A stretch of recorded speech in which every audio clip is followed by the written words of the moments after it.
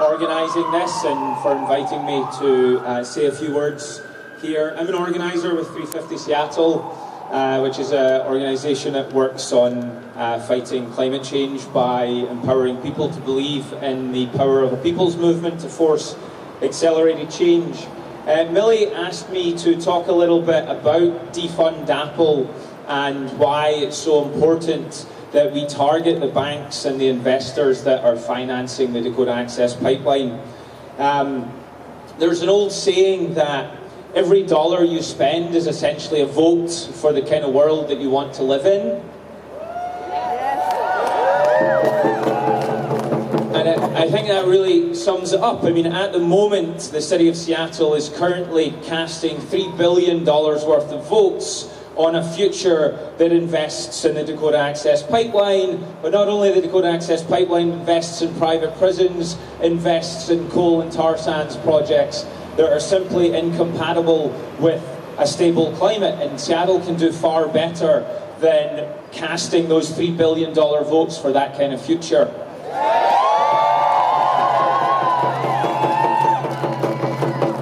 So what we're here to do today is to urge the City Council to ensure that Seattle's money is aligned with its values.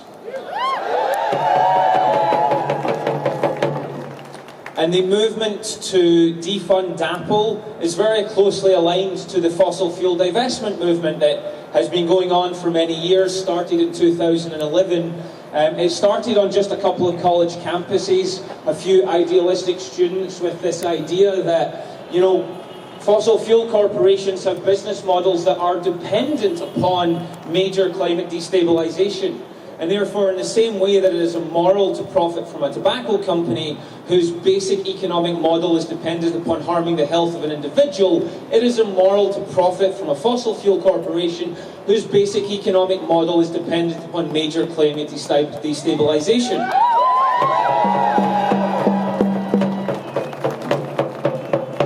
That fossil fuel divestment movement grew from 2011 and just a few college campuses to now today, the total investment capital in the world that has committed to not investing in the fossil fuel industry is $5.2 trillion.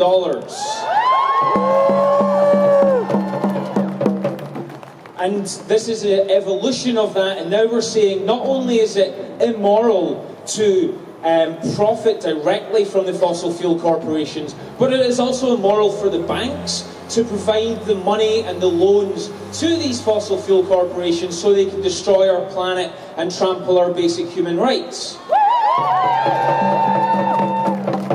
And this is a great launch pad for that. The city of Seattle will be the first city in the country to have taken this incredible step and cut its ties with a bank because of its funding for a fossil fuel project for the Dakota Access Pipeline. So let's give Seattle a round of applause.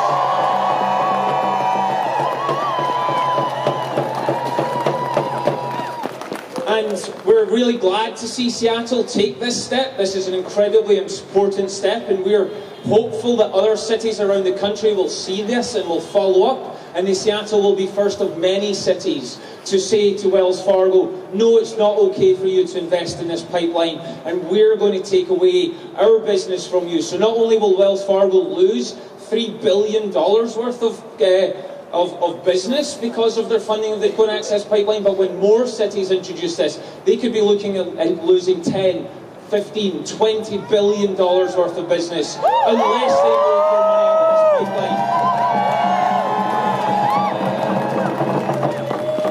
And this is very closely tied, and I'm just going to wrap up here, but we have also found out recently that the City of Seattle's pension fund, which is a multi-billion-dollar pension fund, is still heavily invested in fossil fuels. It's still heavily invested in coal, oil and gas. It is almost certainly invested in corporations like Energy Transfer Partners and ExxonMobil.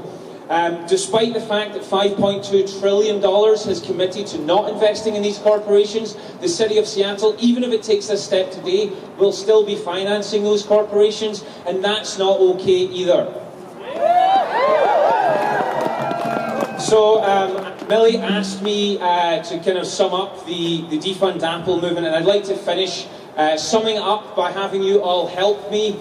And I want to first, and also maybe just to say, like, it's so great to see so many people here. Like, there's what, 500 people here, another 300, 400, 500 inside. Having close to 1,000 people turn up to a finance committee meeting at 9 o'clock on a Wednesday morning.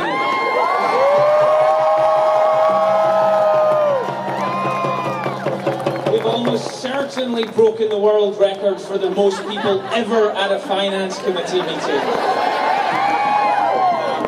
But, you know, as funny as that is, it's also really important because what is happening in our society at the moment is not normal and it is not okay. And we cannot behave as if it is normal, and we cannot behave as if it is okay, because if we behave as if it's normal and we behave as if it's okay, it will become normal and it will become okay. And that's why it is so important that 1,000 people show up to finance committee meetings. It is important that people go to airports and try and shut them down. It is important that people do everything in their power to show that this is not normal, and we will resist in every single way we can this fascist regime.